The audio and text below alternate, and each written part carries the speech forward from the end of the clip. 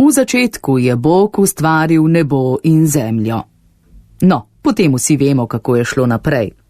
In to vse do tistega leta 1938, ko se je 6. septembra na Stari gori pri Šentilju Janezu in Jožefi Razbočan rodil sin Franc. Čez 5 dni so dečka krstili v župnijski cerkvi v Šentilju in mu za zavetnika izbrali svetega Frančiška Asiškega. Družina se je zaradi ekonomskih razlogov preselila v Avstrijo, 1,5 ure oddaljen Kapfenberg, kjer se je oče Janez zaposlil kot tovarniški delavec. Nacistična oblast je zaradi dela v tovarni odredila, da morajo za varstvo otrok poskrbeti stari starši. Zato je Jožefa svojega 5-letnega sina Franca poslala na svoj dom v Kresnice. Tako je Franc začel živeti pri svoji stari mami Mariji Klampfer. Zaradi razmer po vojni je ostal pri stari mami, medtem ko se je v Kapfenbergu leta 1946 rodila še njegova sestra Marija. V tem času je Franc v domači župniji prejel prvo sveto obhajilo in birmo ter začel služiti ob gospodovem oltarju kot ministrant. Že kot otrok je čutil privlačnost duhovniškega poklica. Podobno kot mali Slomšek je tudi Franc okoli sebe zbiral mlajše otroke, v igri za njih maševal in jim pridigal.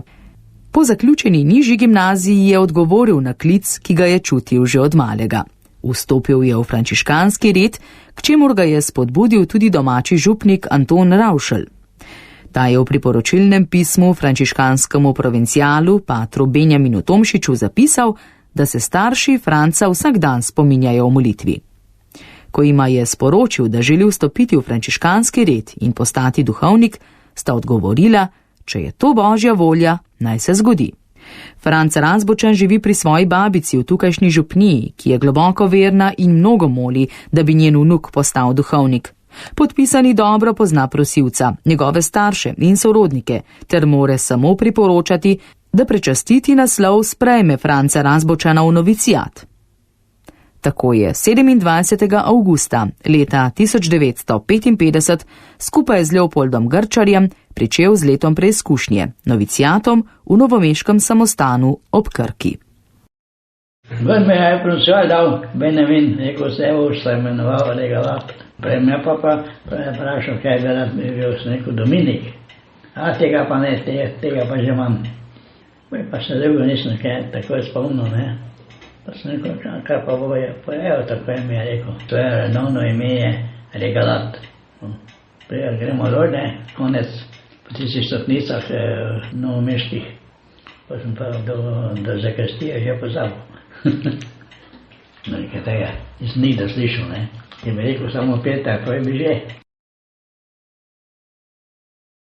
Ko sem 14. septembra 1954 stopil v frančiškanski red, sem v Novem mestu, v samostanu najinega novicijata, srečal tebe, dragi pater Regalat, kot vzornika, spremljevalca in pomoč na najini poti do redovništva.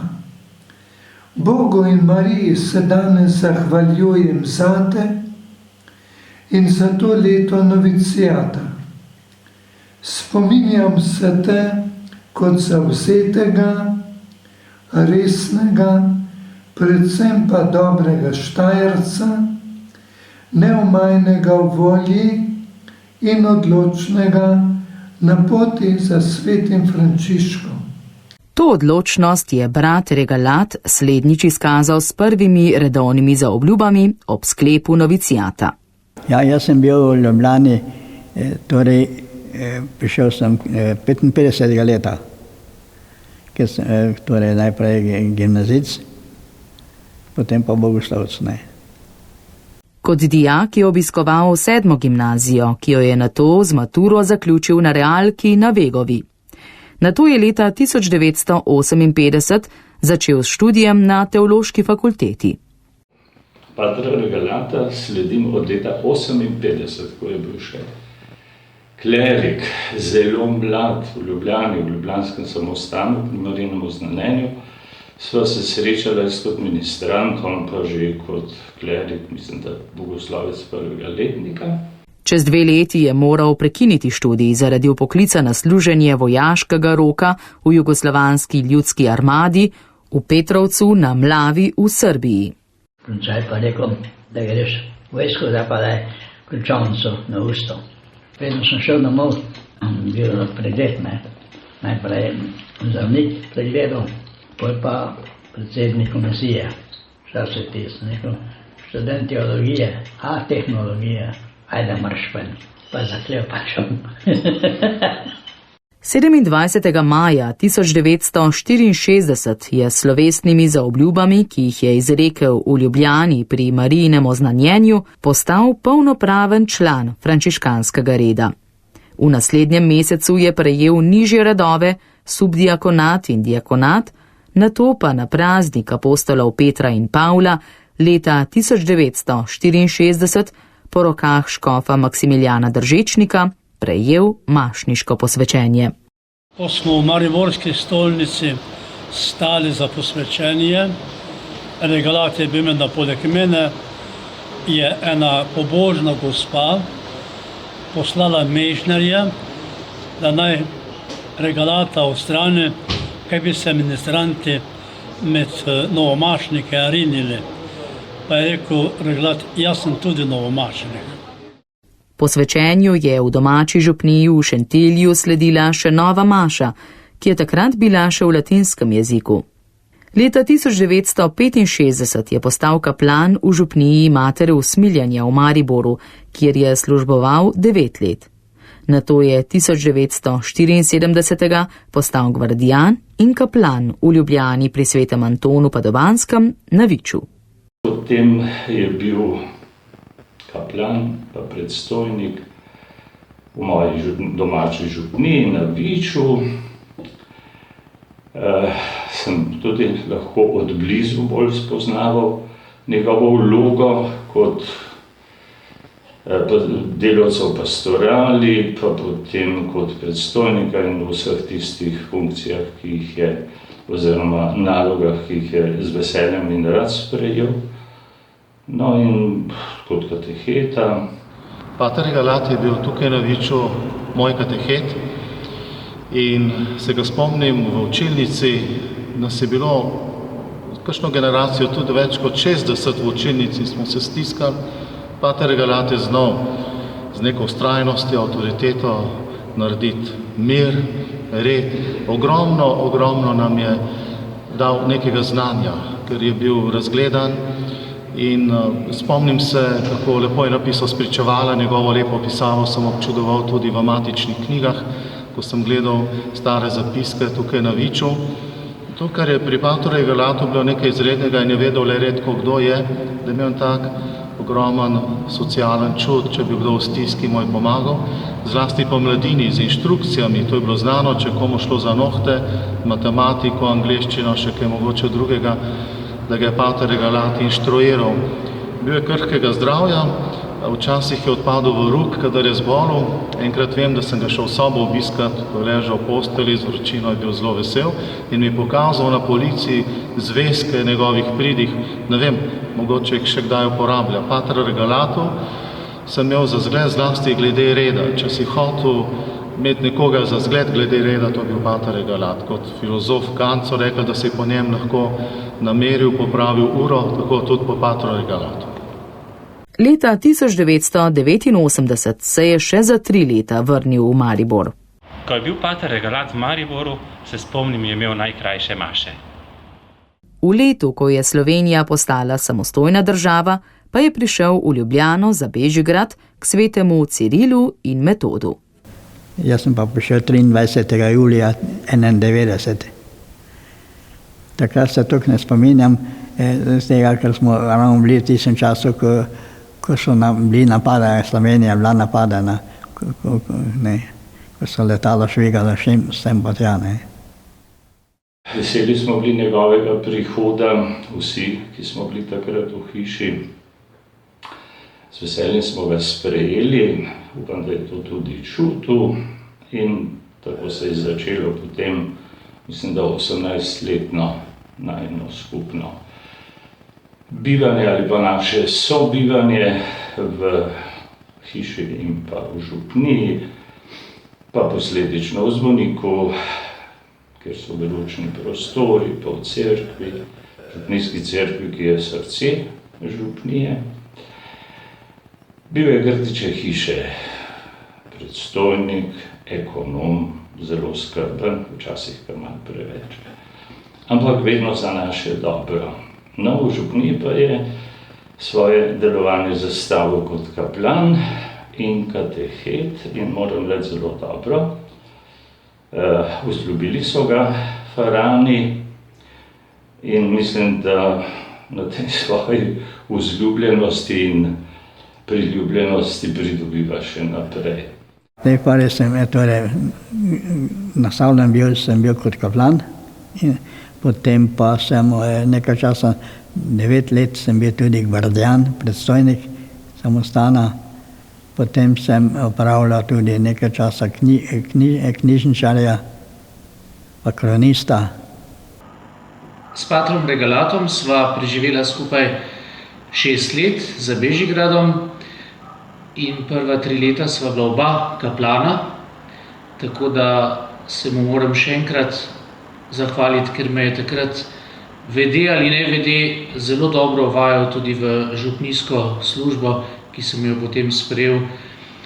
Sicer pa med nama ni bilo kakšnih težav, bi najraje ali pa najlepše opisal ta najin odnos kot sinovsko-očetovski odnos, tako da se mu v tej priliki zahvaljujem za to bratsko sobivanje, očetovsko-sinovsko sobivanje in mu želim vse najboljše v njegovem življenjskem jubileju.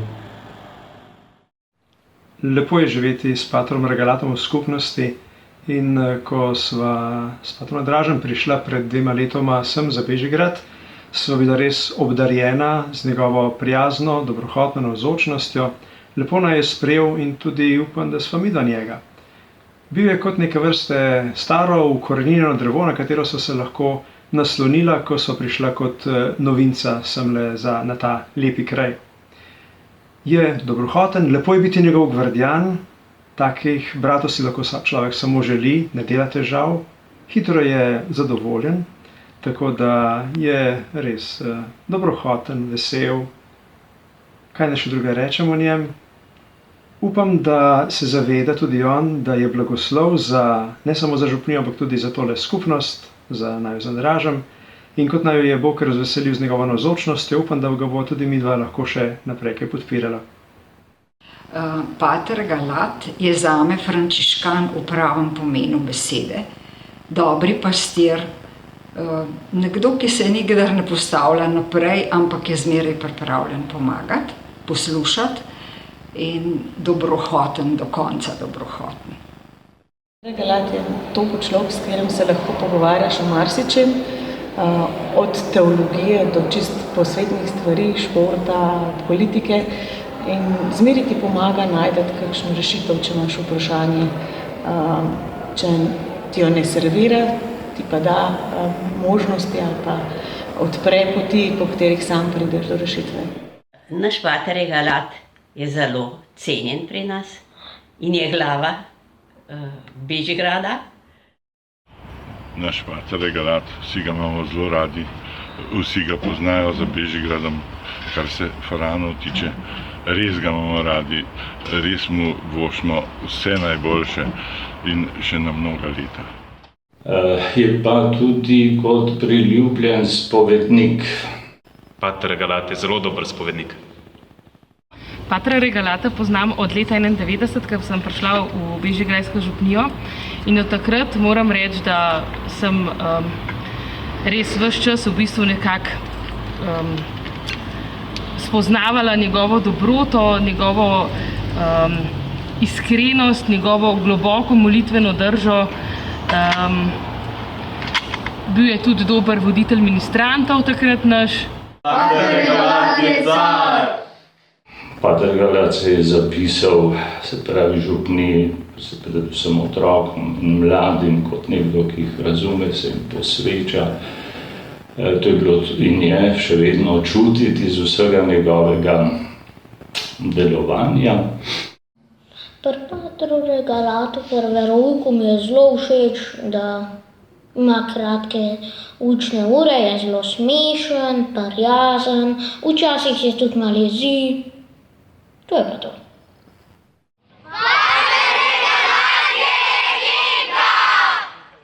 Glavno je, da je župnija zelo mlada, pa aktivna in da zelo radi sodelujejo ljudje. Bodi se mladina, torej otroci, mladina kot odrasli. Bi rekel, da je Pater Regalat s svojim življenjem vedno bogatil življenje tistih, ki so bili z njim. Dragi Pater Regalat, Bog te živi ob tvoji 80-letnici in še naprej.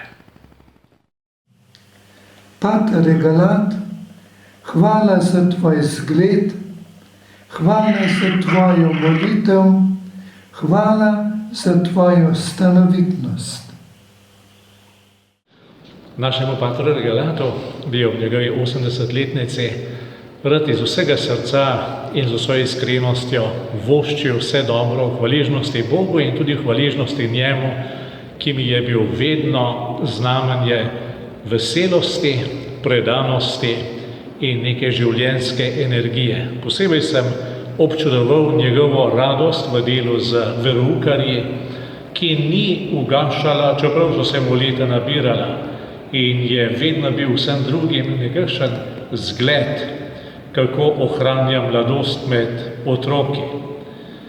In po drugi strani njegovo neverjetno natančnost, zlasti pri vodenju župnijske pisarne in vseh drugih stvari, kjer nam je bil tudi vedno v spodbudo, da je treba stvari imeti urejene, zato da človek lahko mirno živi in diha. In zato naj Gospod ob hvaležnosti, ki mu jo izražamo ob njegovi 80-letnici, blagoslovi vseh teh 80 let za nazaj in naj pridoda tem 80 letom čim več, da bomo mogli še naprej v veselju živeti z njim.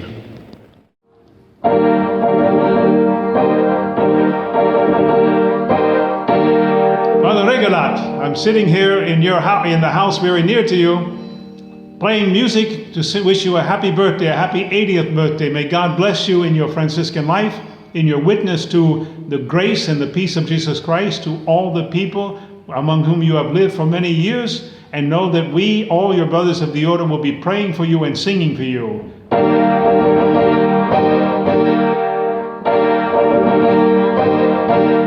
Happy birthday to you, happy birthday to you, happy birthday, Brother Regalat, happy birthday to you.